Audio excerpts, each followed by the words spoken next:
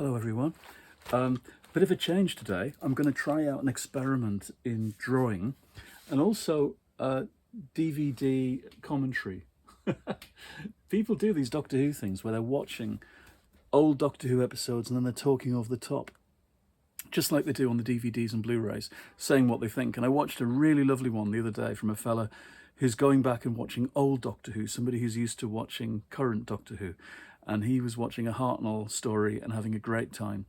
And I thought I'd like to do something like that. But I think I want to draw.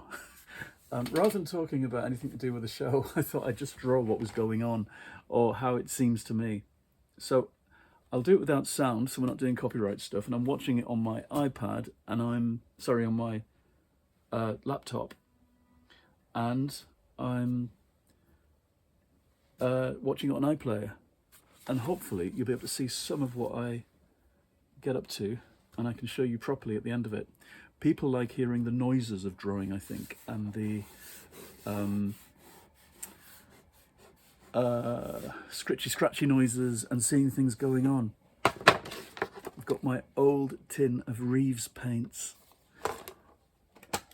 So the episode I've chosen to start with as this experiment is The Creature from the Pit.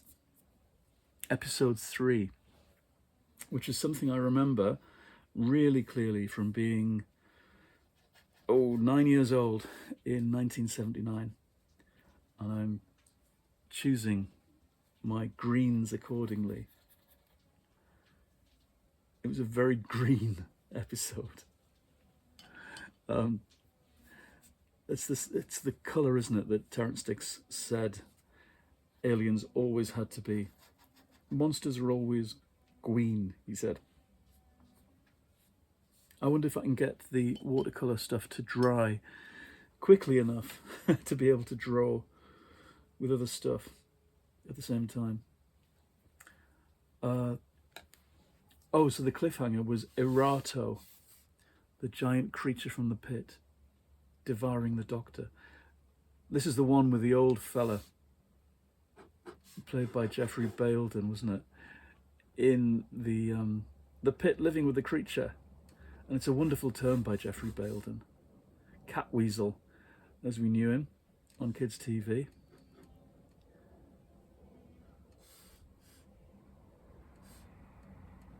When I was a kid, and I used to draw at school, I would have a little crowd around me watching. I'd forgotten this until recent years. When I started drawing in cafes and things, I suddenly remembered, I'm used to this, people taking an interest in what I was doing, because when I drew in cafes or outdoors, I started doing all that again 10 years ago, you'd get all this interest. People just being nosy. If you write in public, people get suspicious and wonder what you're doing. If you draw, they're delighted. That's what I discovered. Here's Tom as the Doctor. I imagine it's going to be quite a messy drawing, but that's all right. Oh, this is this thing, isn't it, that communicates with them. There's a device on the wall, and actually it's the translator machine that allows them to speak to Erato, the creature. And he isn't just a blobby creature. He's highly intelligent, of course. Can you hear the tinkling of the water jar? I love that. Now, none of this might work out. It might go terribly wrong. I might end up with terrible drawings. But I will have fun on the way doing them. It's interesting to see as well, because there's no sound on this. I mean, really, I was going to listen in and have headphones on. But I've watched these so many times and read the books. Read the novelization by David Fisher from 1980 or whenever it was, that I kind of don't have to. And it's interesting finding out as well which stories work without sound. You know, which stories can you actually tell what's going on just by what's happening on the screen? There's always a feeling sometimes, for me anyway, that they started making stories too complicated in Doctor Who. Beginning with the year after this, with 1980, things just started to get a bit over complex. And I know it's not a widely held view. It might just be me, but I did think it could do with being a bit simpler, and I think they've fallen into that again in recent years. Jodie Whittaker's era had many faults, as every era does, but it had at least stories that you could follow, that were kind of easy-ish to follow. And I think that's important for, in order to take each age group with you in the story. When you think about some of the stories in recent years, well, no age group could follow what was going on. They were so fiendishly complicated. Even people who'd watched every single episode down the years wouldn't necessarily follow what was going on. You just had to give in to the spectacle of it all. Well, I kind of think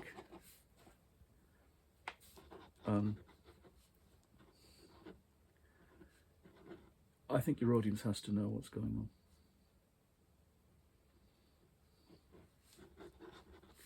Tom had those checky kind of Patrick Troughton type trousers in this story.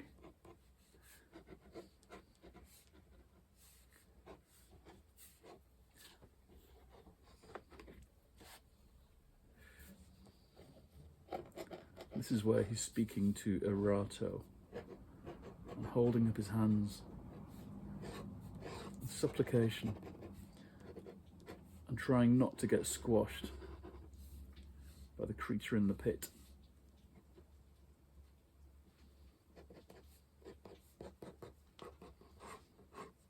This was an era when you could depend on Doctor Who being on at the same time each year. It sounds so obvious and silly, but it was true. It was important that you knew when it was going to be on, and it was always, and somebody's going to tell me now it's not true, but it always seemed to be autumn. You went back to school in September, which was awful. You missed the summer, but the big important thing was there'd be new Doctor Who to ease that disappointment of going back to school. And you knew it would be the same time each year. I think there were some years when it began again in the January, but that was the same thing. After Christmas, new Doctor Who. And sometimes they broke the season over that period. And so it was like getting 2 seasons in one. I think one of the disappointments in recent years is that there'll be whole years with no Doctor Who whatsoever. Oh, that's where he's blowing into Erato's little protuberance and listening to it. Slightly dodgy scene. Clearly, Tom improvising like mad and being naughty.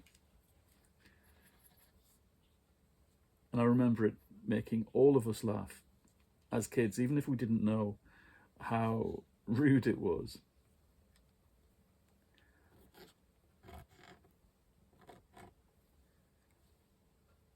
It was just funny. Not funny to the extent that it kind of sprang you out of the story. It was just amusing in itself. You felt more sophisticated for watching Doctor Who. The Doctor and Romana in this era were sophisticated companions. That's what they were. To explore the universe with. And as a kid watching it, you felt in on a very special secret.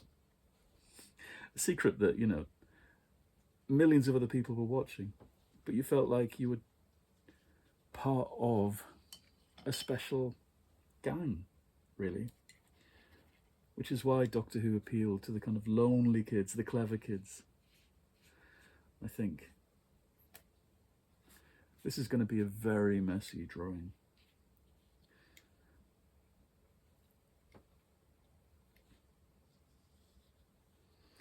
The other question is whether I can get a whole picture done in the 25 minutes it takes to watch a Doctor Who episode, an old Doctor Who episode. Maybe I'm setting myself something impossible. I don't know. It wasn't going to be watercolours. It was going to be only these little hairy men, the little villains. Yes, it was going to be felt tip and colour pencils and stuff.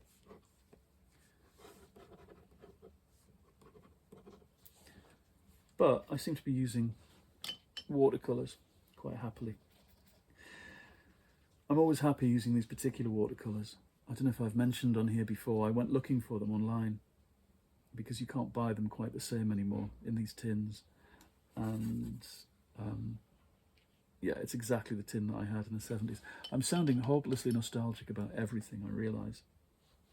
But there's certain things that are unquestionable, unquestionably canonical and perfect. Things like 70s, late 70s Doctor Who, all 70s Doctor Who, and Reeves watercolour painting tins. You can't argue with it. I love this sage green. Oh no, I've given him... I've painted over Tom's eyes. Can you see that? The show that we had on TV when I was a kid that had people painting was Tony Hart, and he'd be doing art in the studio in front of your eyes. And there was always the danger it could go wrong. And he made you feel it was all right. You could make mistakes. Art isn't like tightrope walking or even acting, where if it goes wrong live, you're in trouble.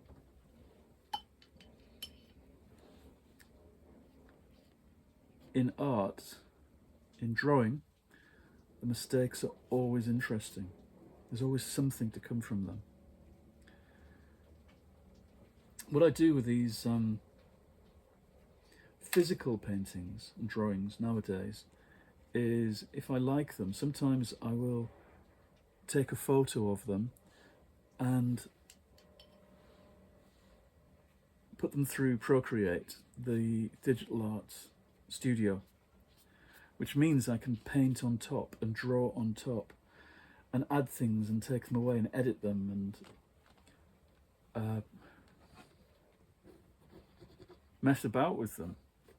And that's fascinating to me, because you can do things that you can't do on paper. Oh, he's got a kind of headdress on.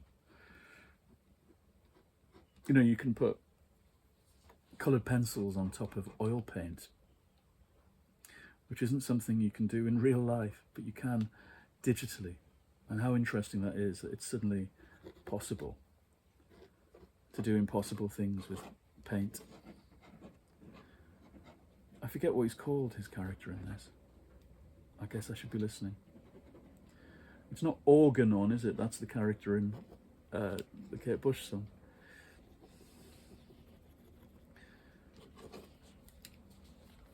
He's got a kind of plum red frock on. The colours in 70s Doctor Who were beautiful. And one of the things that I think I loved as a child, and one of the reasons before I appreciated the stories or the performance or the wit of Doctor Who, was simply the colours. That in the kind of, I mean, everything was colourful in the 70s, I guess, but Doctor Who especially was livid and vivid, and it would transport you somewhere you hadn't been. And of course, later on you find out that that place was always, or at least it was mostly, television centre, Wood Lane in London. And every episode they'd create some amazing studio set in this box of a studio, which to me seems like real magic. When you see those recreations of how they did that. And last week, when I was in London, we popped by what's left of Television Centre, because now it's a glitzy hotel, and there's still studios there, but it's not the BBC, it's not what it was, which I think is a real shame. But the atmosphere is still there. You could walk around the courtyard bit and the donut bit inside with the statues and just think about all the things that were made there in those years. The fact they were doing Morecambe and Wise and the Two Ronnies and I, Claudius and Doctor Who and The Good Life, all at the same time. It's like 1930s Hollywood. I don't know why you'd mess with that, why you wouldn't preserve it exactly as it was. Certainly Hollywood. I mean, it's the same here in Manchester. They knocked down Granada Studios and turned bits of it into a hotel, but they knocked down the Coronation Street set and built one elsewhere that isn't quite the same, I don't think. I promise, if I do any more of these, I won't be talking like an old fart each time.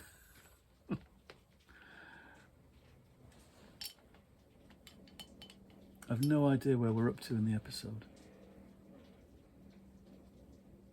It's a shame I've not left room to draw Astra. She's a great villainess. If I do more of this story, I will make sure I do her and Romana and put them in this picture, or another picture. It was an era of the late 70s when Graham Williams was in charge. We had wonderful villainesses in Doctor Who to counter Tom's Doctor. And that was a big part of it.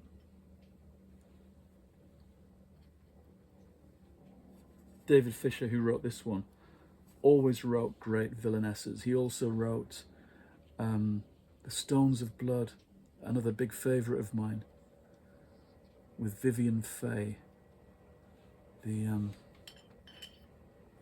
timeless Harridan. Very glamorous Harridan.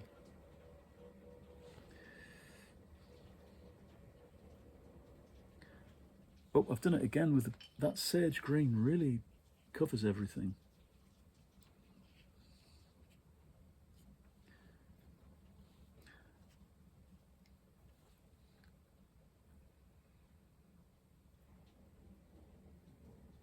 I suppose I could put felt tips over this when it dries, but I'm interested in this green, this kind of tropical green.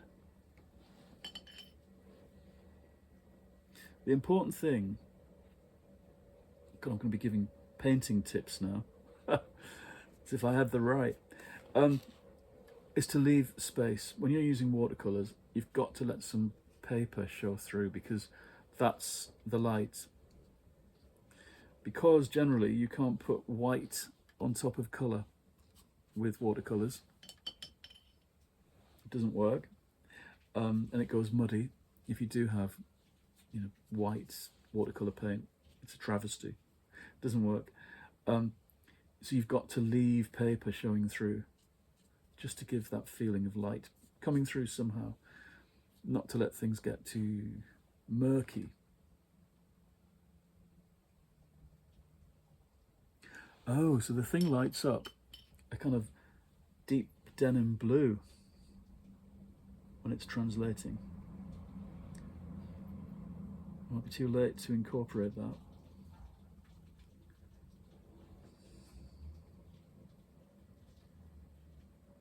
Nope, I made a bit of a hash of that. I might have to do something with that in when I put it on Procreate, if I do that. As I said, there's no mistakes. There's always something that can become something else. The thing about watercolour is that it's always, everything's an accident. You can read as many books about technique as you want, as many magazines about watercolour technique. I think they just make you neurotic. They do me, and too careful. I think generally, because it's water, because it's alive on the page, and the page itself is doing funny things with its textures and funny surfaces, you can't control it, and that's good. A lot of the effects are accidents, happy accidents. And that seems to me, the idea of happy accidents is very in tune with the character of late 70s Doctor Who and Tom as the Doctor. Serendipity, as Joe Grant once said. Well, look at that, a bit of darkness.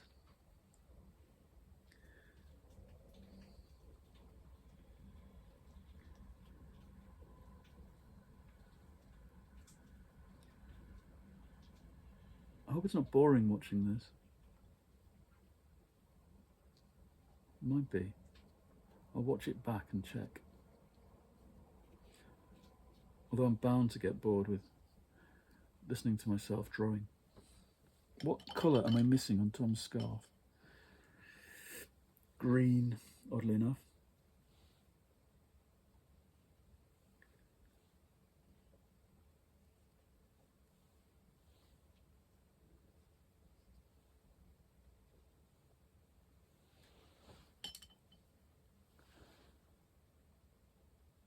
Ooh, something I love doing. It's not always useful, but a bit of blotting and sprinkling of colour.